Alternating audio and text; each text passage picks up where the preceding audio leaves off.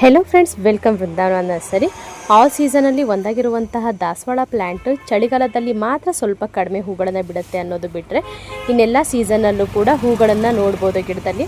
ಅದರಲ್ಲೂ ದಾಸವಾಳ ಗಿಡಗಳನ್ನು ಯಾವ ಟೈಮಲ್ಲಿ ಟ್ರಿಮ್ ಮಾಡ್ಕೊಳ್ಬೇಕು, ಯಾವ ಟೈಮಲ್ಲಿ ಟ್ರಿಮ್ ಮಾಡೋದ್ರಿಂದ ಪ್ಲ್ಯಾಂಟು ಮತ್ತೆ ಬುಷಿಯಾಗಿ ಬರುತ್ತೆ ಮತ್ತು ಜಾಸ್ತಿ ಹೂಗಳನ್ನು ಬಿಡೋಕ್ಕೆ ಸಾಧ್ಯ ಆಗುತ್ತೆ.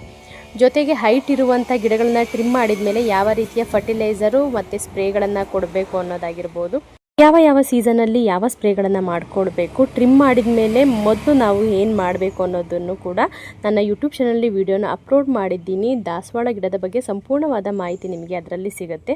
ಈಗ ಟ್ರಿಮ್ ಮಾಡಿರುವಂತಹ ದಾಸವಾಳ ಗಿಡದಲ್ಲಿ ಪ್ಲ್ಯಾಂಟು ಕೂಡ ಬುಷಿ ಮತ್ತು ಹೆಲ್ದಿಯಾಗಿ ಬರೋದ್ರ ಜೊತೆಗೆ ಹೂಗಳನ್ನು ಕೂಡ ಬಿಡ್ತಾ ಇದೆ. ಅದರ ಜೊತೆಗೆ ಏನಂದರೆ ಶಂಕು ಹುಳಗಳ ಕಾಟ ಈ ಪ್ಲ್ಯಾಂಟಲ್ಲೂ ಕೂಡ ಜಾಸ್ತಿ ನೋಡೋಕ್ಕೆ ಸಿಗುತ್ತೆ. ಇದಕ್ಕೆ ಏನು ಮಾಡಬೇಕು ಅಂತಲೂ ಕೂಡ ತಿಳಿಸ್ಕೊಟ್ಟಿದ್ದೀನಿ.